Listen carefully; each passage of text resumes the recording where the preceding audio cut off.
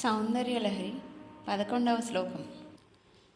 చతుర్భిః శ్రీకంఠైః శివయువతిభిః పంచభిరపి ప్రభిన్నాభిः శంభో నవభిరపి మూలప్రకృతిభిः చతుశ్చత్వారింశా వసుదళకళాశ్రత్రివలయా త్రిరేకాభిः సార్ధం తవ శరణకోనా పరిణతాః.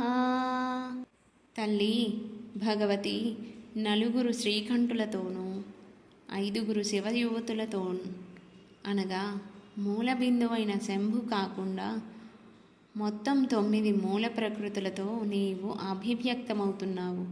అష్టదళం, షోడశదళం, మేఖలాత్రయం, భూపురం అనే వాటితో కూడి నీకు నివాస స్థానమైన శ్రీచక్రం యొక్క కోణాలు 44 సంఖ్య గలవిగా పరిణమించి ఉన్నవి. 4 శైవచక్రాలతోనూ 5 శక్తి చక్రాలతోనూ కూడి 9 చక్రాలతో సంపారుతున్నదని భావము.